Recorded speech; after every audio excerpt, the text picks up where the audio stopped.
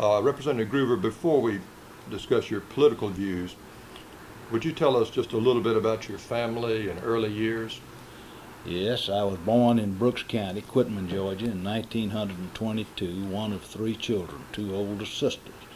I went to high school there in Quitman in the public schools, graduated. Then I went to the University of Georgia for 2 years, and after which I had to get out of school in 1941 and went over to Birmingham, Alabama, and went to work and started at a night law school. Along came Pearl Harbor. I got in the Navy's flight training school in early 1942, went through flight training, was commissioned, took my commission in the Marine Corps. Spent my time as a fighter pilot in the Marine Corps in the South Pacific as a member of Gregory Boyington's Black Sheep Squadron, one of the first 26 of the group. After which I came back and went to the University of Georgia Law School, completed law school there, and finished my studies in December of 1947. Got my degree in 1948 and began the practice of law in Macon in January of 1948. I have practiced law there since that time. I've been married 3 times. I have, including hers, mine, and ours, I've got 8 children. My current wife is Carol Todd of Houston County, and live in Macon. Why did you decide to become a legislator? Well, I enjoyed politics. I like people. As a lawyer, I was interested in the legislative process and the laws, and I wanted to be a part of it. And that's basically the reason. Was your family at all politically involved? No, except my step-grandfather, who was a lawyer and a county school superintendent in Pulaski County, and after whom I emulated his desire for me to be a lawyer, and who taught me to like people and the political process. Governor Griffin made you his floor leader. Wasn't it a bit unusual for a person so young and inexperienced to be placed in that position? Well, I assume so. I had only had one term in the General Assembly, and it was in the beginning of my second term, and I was 33 years of age. He asked me, at first, I don't think Governor Griffin was determined to have one person as his floor leader. His initial approach to me was that we'll have you and old Colbert Hawkins and old Bobby Scoggins from up at Rome. I told him, I said, you can't have but one captain of a ship. And so he, without ever really saying so, I became his floor leader as such, and people were good to me in the House. They accorded to me a lot of individual help. The previous leadership, Frank Twitty, and then George L. Smith, who had been Governor Talmadge's floor leader, and Smith was his Speaker Pro Tem. They were very helpful to me, and I just was fortunate in being able to get the governor's program through. You have praised the Griffin administration previously, especially in 1983 when you introduced a memorial resolution in honor of him. Now, with 30 years of hindsight, how do you evaluate his leadership? His programs were good. Marvin Griffin was a person that you could not stay in the room with and not like, regardless of his political views. His programs have brought a great deal of benefit to the people of this state. It took a great deal of courage in 1956 for him to renege on his promises of no new or additional taxes and call a special session of the General Assembly. At that time, of course, the budget was only $321 million as compared to $6 billion now. It had been highly publicized that the state had a $20 million surplus, which was a big surplus, a big amount of money, but the money was committed. It was committed to ongoing programs, and in fact the state was broke insofar as any expansion of needed programs was concerned. As a result of that courage of his, the first significant tax increase, which really, along with the sales tax, forms our basic revenue system today, he was able to build and able to start the Science Center at the University of Georgia, the nuclear reactor out there at Georgia Tech, which cost many millions of dollars, a tremendous sum in those days. More roads have been paved under his rural road program throughout the state than any other program. The Stone Mountain Authority, we own Stone Mountain as a result of it. Jekyll Island Authority was restructured and rejuvenated. The statewide probation system was started. We eliminated the old salary buying program whereby working men and women had to sell their salaries and thus get around usury laws, and introduced the Industrial Loan Act, which permits people without good credit to borrow money with controlled interest rates.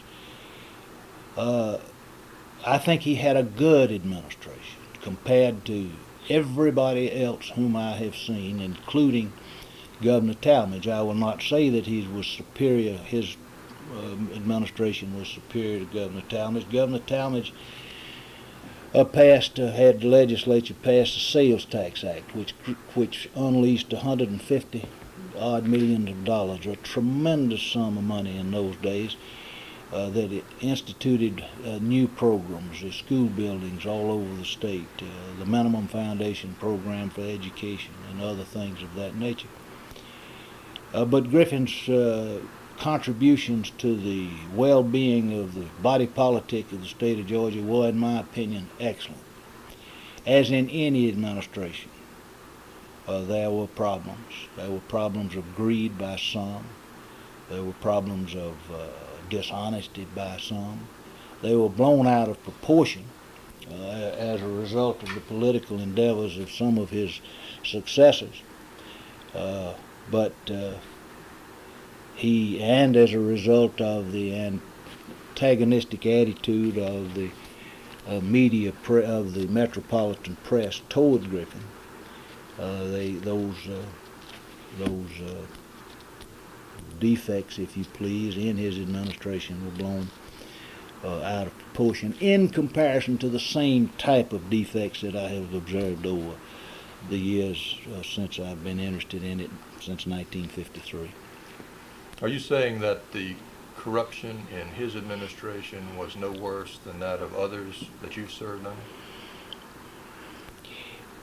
I'm saying that if you got it down to the bottom line and looked at the real effect on government, that it was no worse. It hasn't been demonstrated, really, that there was any adverse effect upon the financial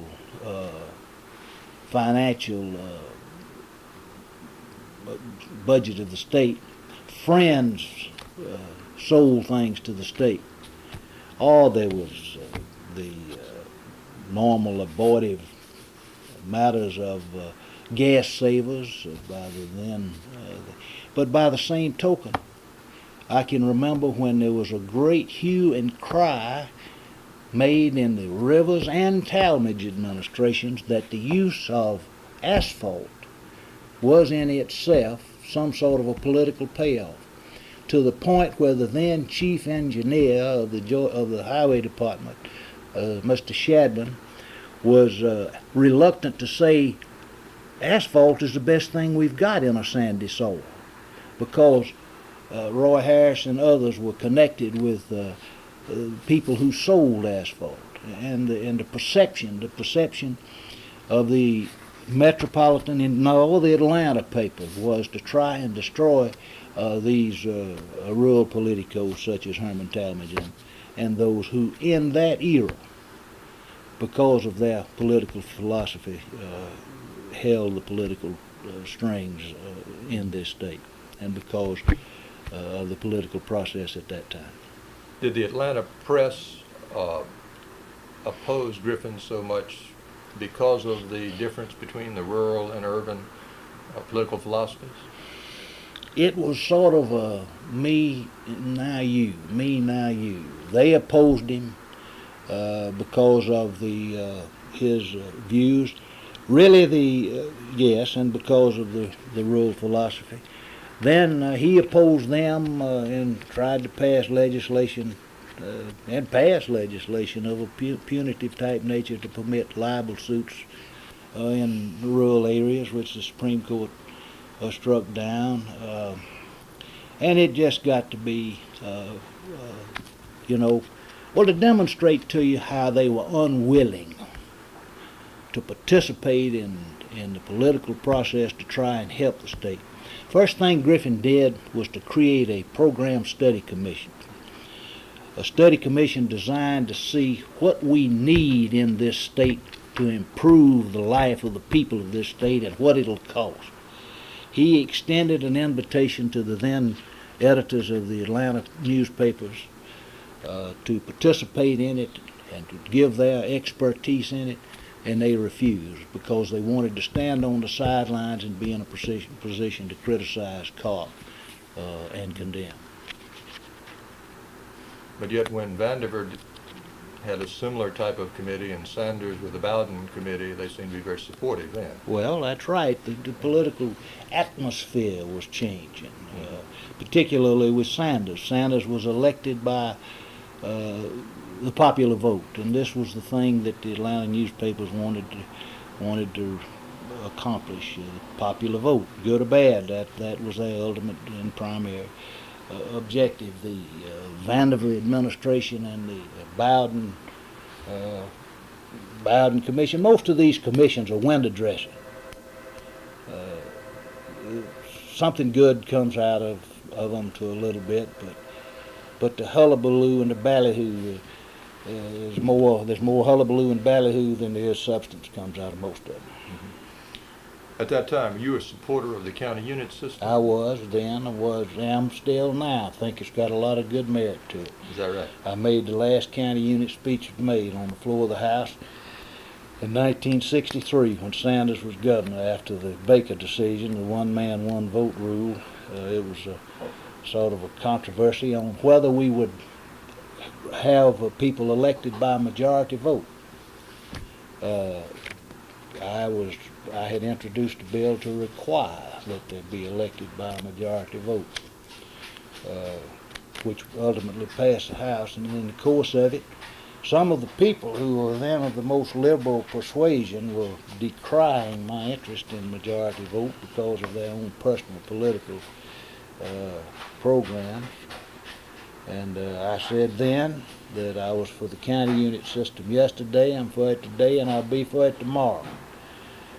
Well, that's a little bit of rhetoric that perhaps I would tone down some now, but it has its advantages, and I can see many instances in which this state would be far better off if we had some time as a restriction on unrestrained stampeding of legislation, the benefits of the county unit system. How do you describe your own political philosophy?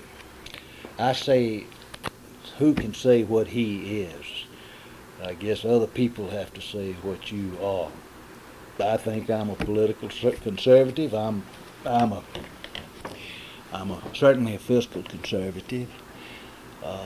When I first started off, I was a social conservative, and in those days, social conservative almost meant segregationists. Well, it meant segregationists. Let's don't pussyfoot around about it. Anybody that was elected to public office in Georgia in those days was in most instances, if they were honest, a segregationists. They were so, and I was in my own instance, because I was born and raised in a rural county. And anybody my age, I'm 67, anybody of my generation who was raised in a rural area, or indeed anywhere in Georgia in those days, that says they were without racial prejudice was telling a lie. Over the years, and I hope not because of any political desires, my views have changed. I have mellowed. I have understood and now come to accept the bad effect on Georgia as a whole that segregation had, the unfairness of it. I don't apologize for it. I just try to hope that we can improve with each new day. I don't apologize for what has been. So what am I politically? I would say I'm middle of the road now.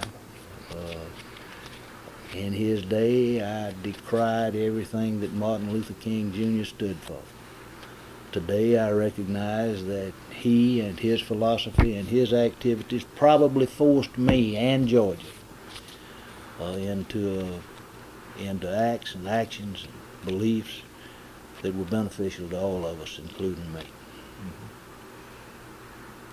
Are you glad there are black legislators? Yes, I am. I am because, first, they make an individual contribution, many of them. They, just as big a percentage of them make a significant contribution to the legislative process as the same percentage of white legislators. In addition to that, it's absolutely essential that we have black legislators of all persuasions, both the reactionary and otherwise, so that great vast black constituency out there will know there's somebody here in the halls of the House who are speaking their views, and they then become, I think, more willing to accept the ultimate result when they know that they have been at the council table and their views have been expressed, even though maybe not accepted. I've read that you had apparently considered running for governor. Yes, sir. 58. What happened back then? Well, as a result of Griffin's tax program in special session in 1956, I was from a metropolitan county. I represented Bibb County, a metropolitan county. I was for the county unit system. Griffin, even though he carried the county by only having a third of the vote, he was not popular as such. By this time, the metropolitan papers had been on him pretty strong. I was the first shot that the people were mad about the tax increase. Nobody wants to raise taxes. And by the time we got to voting on me on May 30th, 1956, as far as people in Bibb County were concerned, all tax measures which originated in the House were authored solely by me and voted for solely by me. They passed the House of Representatives by a vote of 204 to 1, and mine being the one as such. So they beat me. Thus it was I was out of the limelight, if you please, for that period of time of 57 and 58. At the last minute, Griffin wanted me to run. I thought it was too late for me to get back into it, and thus I let that pass. Again, in 1966, the opportunity arose. I thought I could make a creditable, if not a strong showing in that race. But I had some tax problems come along. I had failed to make my income tax return for a couple of years, and I knew they were coming, and so I let that time past. Yes, I have had opportunity to run for governor. Whether I could have beaten Vanderbilt in 1958, I don't know. At the point in time, he and I were fraternity brothers and good friends. At the point in time, I thought the lead was such that I perhaps could not overcome it. I would have riding on my shoulders, even though I had not been tainted with any of it, the alleged corruption and mismanagement of the Griffin administration as such. Your career seems to be unusual in that you've been in the House for many, many years, but there are some big gaps in your career. Your service hasn't been consistent over the years. How do you explain that? Why? Well, first I just got through explaining about getting beat in 1956. Then in 1962 I ran again. I ran against the person who had beaten me in 1958. I ran the second time in 58 and got beat.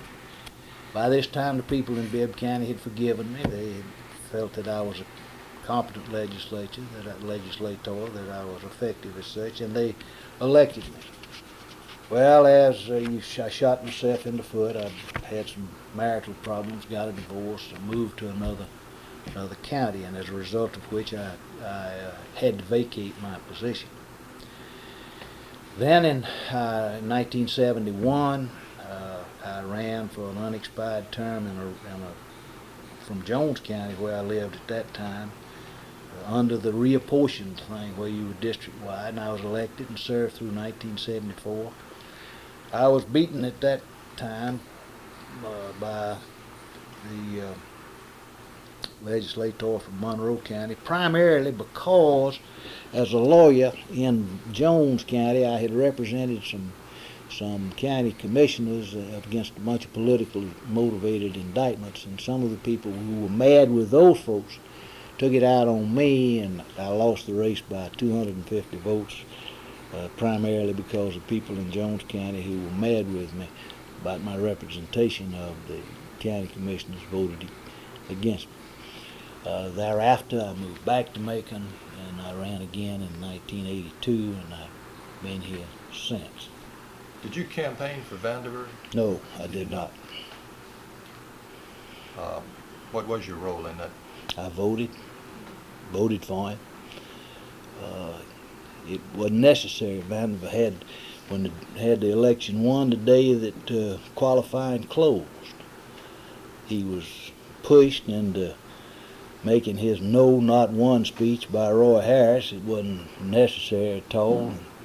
I'm sure he regrets that as much as anything in his political career, like all of us can look back and regret things in our own life. When Governor Sanders was trying to get a new state constitution adopted in 1964, you seem to have disagreed with him on a number of issues. The Atlanta newspapers described you as one of the leaders of the rural bloc. Is that an accurate assessment? Was there a rural bloc as such? Oh, I think you could. They called them a rural bloc because they were from a rural area who believed in a constitution of limited powers to the legislature. And I might say that not only did I oppose him, but I opposed him successfully. Sanders wanted a constitution so he could be like Ellis Arnold. Ellis Arnold was remembered as having a constitution in 1945. Carl wanted him one. So we had a long special session, and we rewrote the Constitution in 45, and it wasn't a dollar's worth of difference between what we finished and what we started with. Primarily because we felt we had a good document at that time. The basic document, all of this hullabaloo about all of these amendments to it and how it affected the Constitution, that was foolishness. They didn't need but one or two or three amendments to the then existing Constitution to prohibit these local amendments, such as we've done in the Constitution of 1982 or 83, really is what it is. But we were here for whatever the Constitution permitted during that period of time, and we passed it.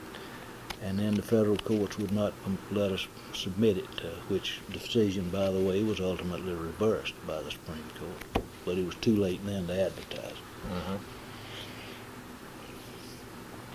One of the issues at that point was whether the cities should receive direct appropriations. And I think an agreement came out, something like $9 million went to the cities as well as the counties. Did you support that Yes, concept? I did. Yes, I did. As best I recall, you're talking about 25 years ago now. Did that Constitution, you say that it really was the same Constitution of 1945. Were there any changes in it that Sanders proposed that you felt were detrimental to the state, as you recall? It's been so long ago till it's hard for me to now recall the specifics of what. He didn't really propose anything. Pope McIntyre was head of a constitutional commission. Another classmate of ours, Carl Sanders, and Pope McIntyre and I were in law school together, along with a whole lot of old folks who are around now. Sanders didn't. He had about as much to do with preparing that Constitution as somebody out there on the street. He just got the group together because Carl Sanders wanted a Sanders Constitution. He was an ambitious young man and a good one at that. But that's all he wanted. He didn't care what was in it, as long as it became Sanders' Constitution. That's my view. I'll say this. I finally wound up helping him pass the thing, and I did so because Frank Twitty, who had been Talmadge's floor leader and who Sanders had helping him, Sanders' floor leaders was Arthur Bolton with an assistant named George Busby. And they couldn't pass anything through the House. They needed us. And we couldn't pass anything primarily. The old clock incident that I apparently would go down in history for demonstrated that. We had Sanders. Sanders couldn't run the House of Representatives. And he had the Senate, all right, because then the Senate was elected by popular vote at that time. It had been reapportioned.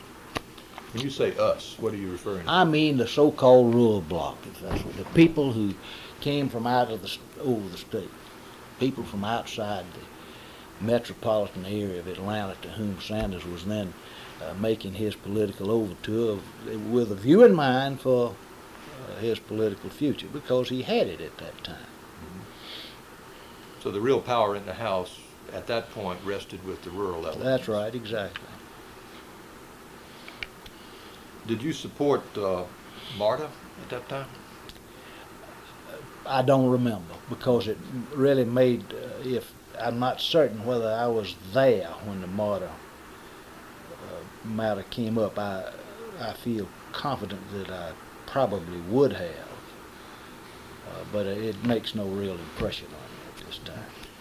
I'm really trying to get at is the fundamental differences between the rural elements and the urban elements in terms of legislation or in the Constitution. Well, more fiscal conservativeness than anything, I would think. The view that our view, that is, the rural so-called philosophy is that we give to the legislature limited powers of the people.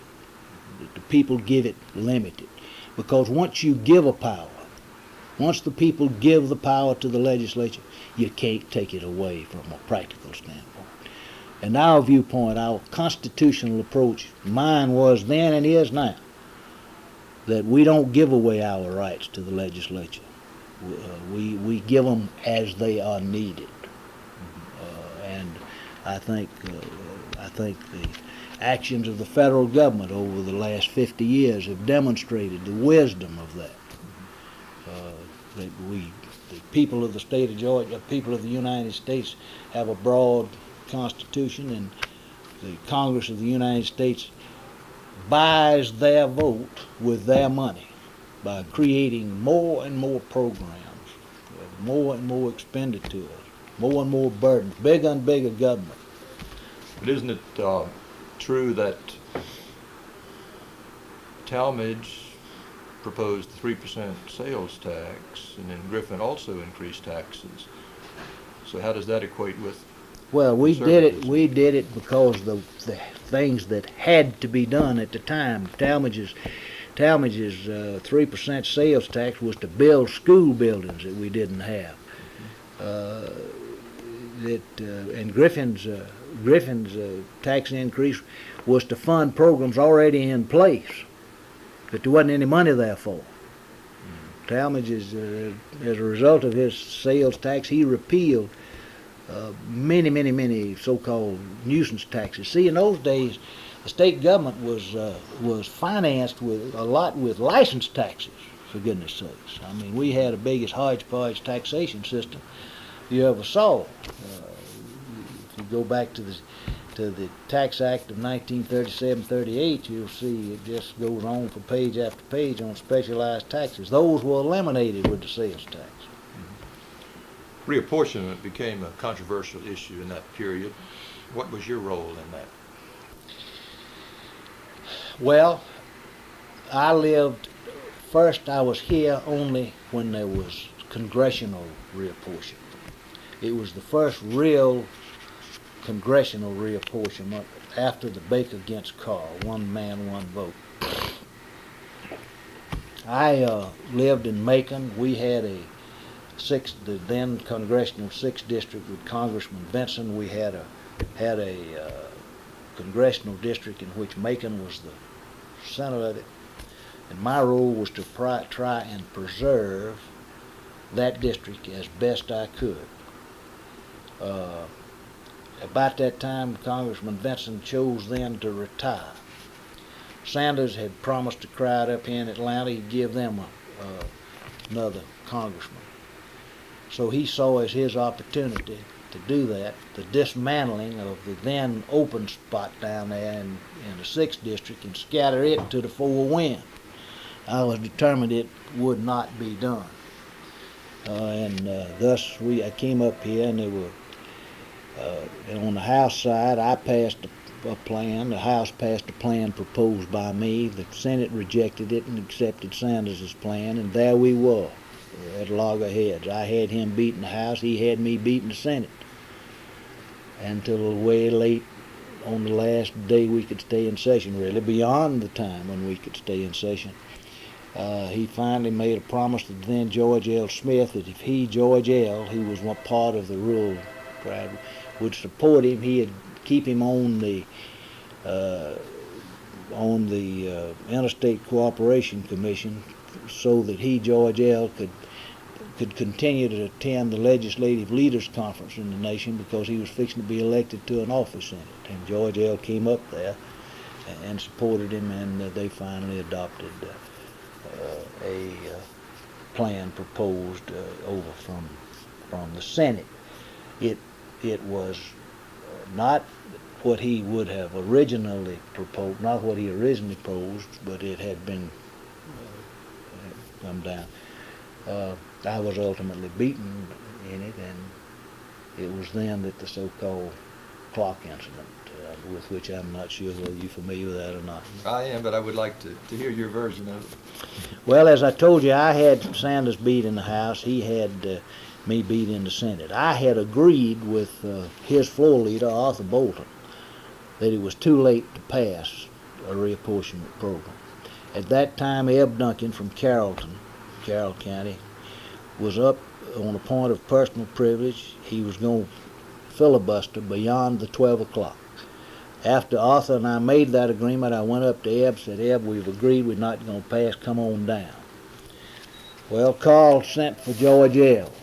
Smith and made his trade with George L. And George L. came back up, and Carl bounced up there and made his little talk. Then George L. came back, and the House was in an unruly mood. It was ready to quit. So the they had cut off, unknown to me, they had cut off the clock. There was a switch up there at the time that you could cut the clock off, and a fellow named Renda Hill, who was in the house from Meriwether County, had gone up there and cut it off and put a cloth over it. I hadn't paid any attention to that. So anyhow, make a long story short, they ultimately beat me and adopted Sanders' program, at which time they cut the clock back on, and Sloppy Floyd, who's dead now, for whom the office building is named, went charging down to the front of the house, got front of the house, and got the floor, and was raising Cain about how dictatorial, unfair, etc. And George T. Smith, who was then Speaker, who's now Justice on the Supreme Court, in his inimitable way, said, "I remind the gentleman he's only got 9 minutes." Well, I decided he'd have just as long as he wanted, so I went upstairs, leaned over to turn back the clock to give him as much time. It's got a little toggle under it, and when I did, it came up off the nail that holds it, and it dropped, and I grabbed for it, and the cord went through my hand, it busted, and the next day my rear end was all over every daily newspaper in the United States of America and some foreign countries.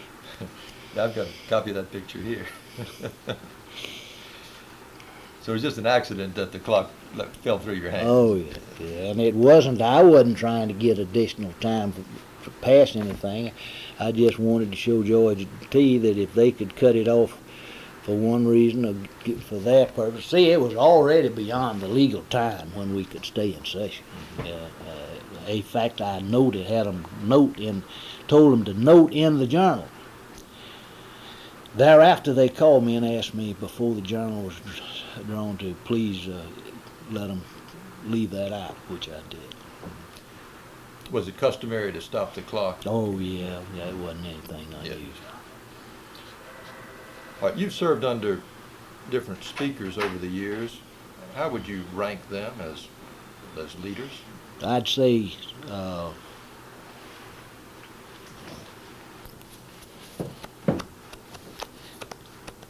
the two that stand together would be George L. Smith and Tom Murphy. George L. had somewhat more polish than Tom, but Tom has a lot of characteristics that were far superior to George L. George L. could be devious. Tom Murphy is not devious. George L. Had his own constituency, which would have been the silk stocking group. Tom Murphy has a better grasp of the whole parameter. I would say on balance, and I hope Murphy doesn't hear or read this until after he's gone from being Speaker. Well, he ain't gonna read or hear it after then, because he'll be here until he passes on. Because I would not want anybody to think he and I disagree frequently on things, and of course naturally he wins. He's got the gavel, but at the same time, I would say he was the superior one on balance. Then I would say George L. Then probably George T. and Fred Hand and Marvin Moak in descending order. Some people assert that Mr. Murphy has about as much power as the governor. Do you agree with that? I do. And it comes from two things. One, longevity, but more importantly, knowledge. Knowledge of the budget. Of the whole process. Of the whole process. The government couldn't get his programs through if it wasn't for Tom Murphy's help. And when he opposes a program, it doesn't get through. That's right. And not because of the raw use of his power, but because of his knowledge, and because generally speaking, his position has got more merit than the other man's has. You Except say when he that, opposes me. that basically his views are representative of the members of the House? Yeah, yes I do, and representative of Georgia as a whole, because more has been done for metropolitan Georgia under Tom Murphy's leadership than under all the rest of them combined. And yet, at the same time, a preservation of the objective that sooner or later we don't not have two Georgias like we've got now. We've seen a movement toward a more independent legislature over the years. Do you think that's been a good thing? Well, you know, pendulums go too far both ways. In the years when I first came here, the governor ran the legislature. He didn't run, not only ran the government, he ran the legislature.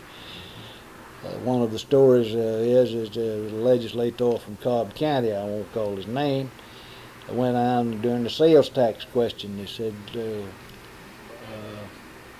Talmadge sent for him, as they used to do, send for the legislators to say, I want you to vote for this. And he asked this particular legislator, told him what he wanted. He said, yeah, well, Governor, I've been wanting to discuss that with you. He said, Jim, that wasn't his name, I didn't call you down here to discuss it with you. I called you down here to tell you. Well, that was about the philosophy and the way things were done in those days. Yeah, the independence is, we owe the independence of the legislature to the fact that Lester Maddox was elected, and I think it's a good thing. Of the 180 members in the House, how many would you say are really involved in making the key decisions? Well, everybody's involved. I don't know that I could put a number to that. There are some who are involved in making decisions relative to one subject, and some who are involved in making decisions, key decisions with respect to other subjects. I wouldn't want to put any number on that. Okay. I believe you serve on the insurance committee, is that right? That's right. Are you satisfied with the insurance system in Georgia at the present time? Yes, I am. But now let me tell you this. Two things. You've got the credibility of the witness is judged by his interest or won't interest. I'm general counsel for Georgia Farm Bureau Mutual Insurance Company, which is the largest domestic insurance company in the state. So to that extent, I look at it sometimes from the viewpoint of the insurance company. On the other side of the coin, my law practice has a substantial personal injury practice, and so I am adversary to insurance companies. As a result of it, I think I got both views. You know, what people overlook with respect to insurance is that you don't want to see how cheap you can get insurance, because if you ain't any money there to pay the claims, no need in having any insurance. But there's competition in my view, and I don't see that there's a big change required. There seems to have been a lot of criticism of the insurance commissioner. Do you feel that criticism is valid? No, I don't. The people who are criticizing them don't have the facts. People who are criticizing distorting such facts as are available to their own purposes. They start out with a conclusion, and then they make statements to justify the conclusion they've already reached. And when you start off with an erroneous decision, you're going to wind up with an erroneous. When you start out with an erroneous goal, you're going to wind up with an erroneous conclusion. Do you serve on the committees you want to serve on? Yes. But you're also on the Rules Committee, I believe. That's right. That's really a key committee in determining the flow of legislation, is it not? It is. In the last 21 days of the regular sessions, in order for a bill to get before the House, it has to pass through the Rules Committee. Looking at your political career as a whole, What legislation do you consider your most important contribution?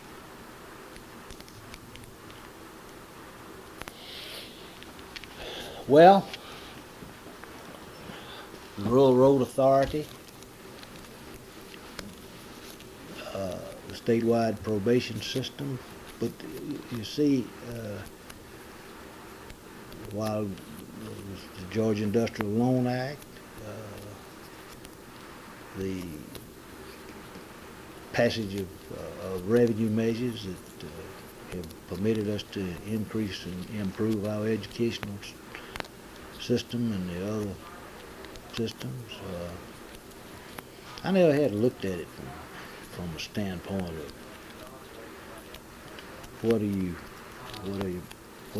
what piece of legislation is you like best. I think basically one of my contributions is killing unwanted legislation, unneeded legislation, or improving legislation that would otherwise be defective. I make an effort to, I'd make an effort to try to improve legislation when I see defects that are in it. Everybody who introduces a piece of legislation is sincere about it and have a worthwhile goal. But sometimes we think something is worthwhile until we hear the other side. And I've never seen a piece of legislation yet in which there wasn't two sides to the question. It can appear to be, right now we're in a rash of child abuse legislation, and we're going to throw the baby out with the bathwater in order to stem the so-called child abuse rash. We've got to be careful in our drug legislation to be certain that we don't step on constitutional rights of people. We're going to let some folks get by with acts that they shouldn't get by with in order to protect us from having a police state. I don't know that I could play it. I think my hand appears in one way or another on much of the legislation that has been passed during the periods of time I've been here. Not so much that I sponsored it, not so much that I promoted it, but perhaps I participated in perfecting it.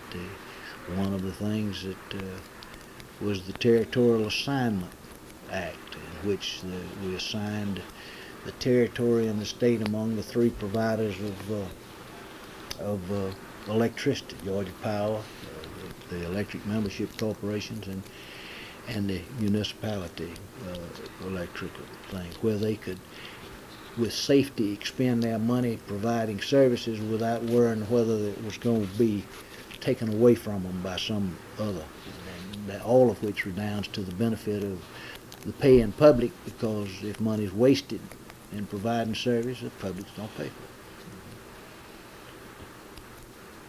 How would you compare the House of Representatives of today with the House when you first entered the legislature?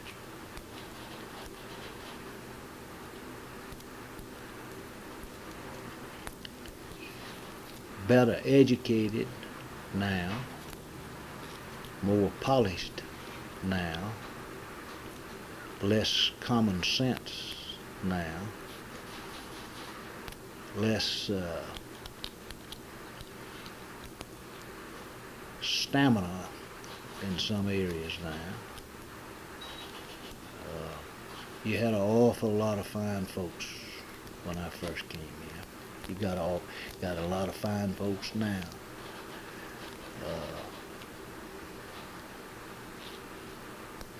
The legislature now reflects the public now. I've always said that the members of the General Assembly are generally a cut above their constituency.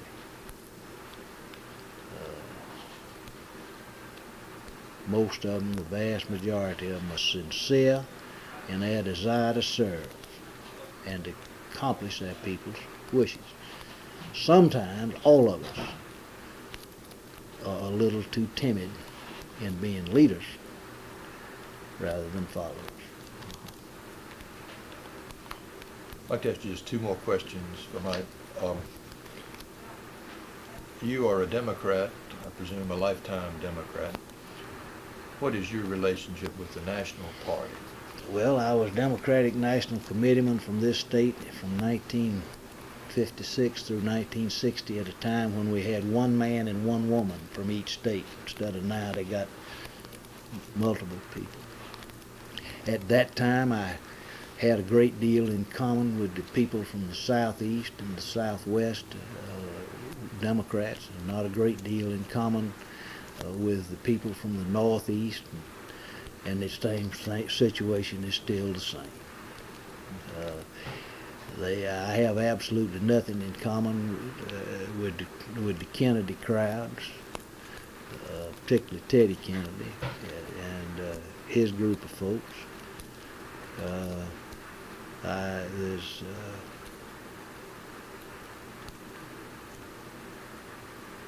I think that the Democratic Party of Georgia and the Democrats of Georgia are more reflective of the national mainstream of public thought than is the National Democratic Party. And part and parcel of that is because when George McGovern had his convention in Miami, we got away from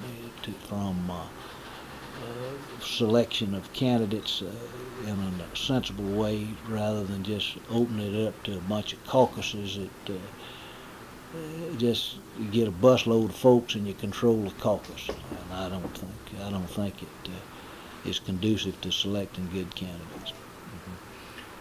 Georgia is the only Deep South state that has not had a Republican governor in the modern period. Why is that? Well, the Democrats just had better folks.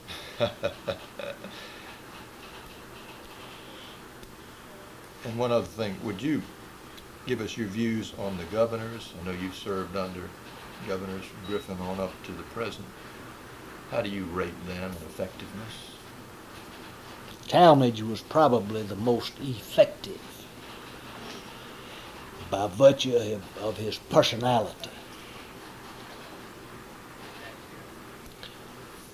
I'd rate him with Talmadge and then Griffin, then Sanders,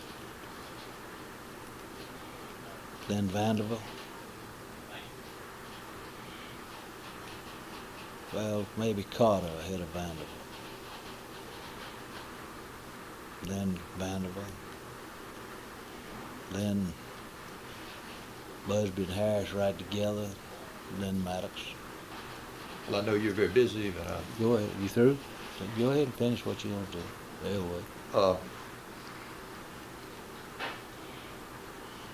I was wondering also about your relationship with Carter. So were you you were in the legislature at that time. Did you support his program? No, not to start with. Carter became governor, was elected governor in 1970. His House Bill 1 in 1971 gave a reverse method of reorganization. That is, he would propose it unless vetoed. I was not in the legislature when it was passed at that session. I was elected in August to fill an unexpired term, August of 71. In 72, when his implementation legislation came, I opposed it because I thought it was unconstitutionally submitted. I don't think that, and in addition to that, I drew up a bunch of changes in it, which I gave to George Busby and George L. Smith, which they adopted, as a matter of fact. He wouldn't admit it now, but he did. Anyhow, I opposed him on the whole thing, and I think when it came up for consideration after it had gotten wheedled down to size, I got 20 votes maybe. And I went out to the mansion, and somebody jokingly said to Carter, as I went through the line, well, didn't know whether you'd want Denny out here or not. But he said, well, laughing, he said, well, if he couldn't get but 20 votes, that's all right with me, in a derogatory way. I was reelected in 1972, and that fall, George L. Smith called me and said, "Denny, would you talk to the governor if he asked you to about helping him?" I said, "Yeah." And as a result of it, he did, and Carter asked me to help him with his letter. He couldn't get in his programs through. He had no communication with the people. He had no free. Carter's folks didn't ever know how to deal with the legislators, either as while he was governor or while he was president. That was part of his problem. So I acted thereafter as his unofficial floor leader. And my relationship personally to him was good. I felt then, as I feel now, and have felt all along, that any member of the General Assembly owes it to the governor of Georgia to assist him in his programs unless and until those programs are contrary to good conscience. To what extent is legislation based on personal contact, personal friendship, as opposed to ideology or other reasons? There's elements of both of it. I don't think you could exercise either of the matters from the equation. It has its effects. I don't think any one. Ultimately, ideology or philosophy is the most important part, but the others are like the leaven to the bread.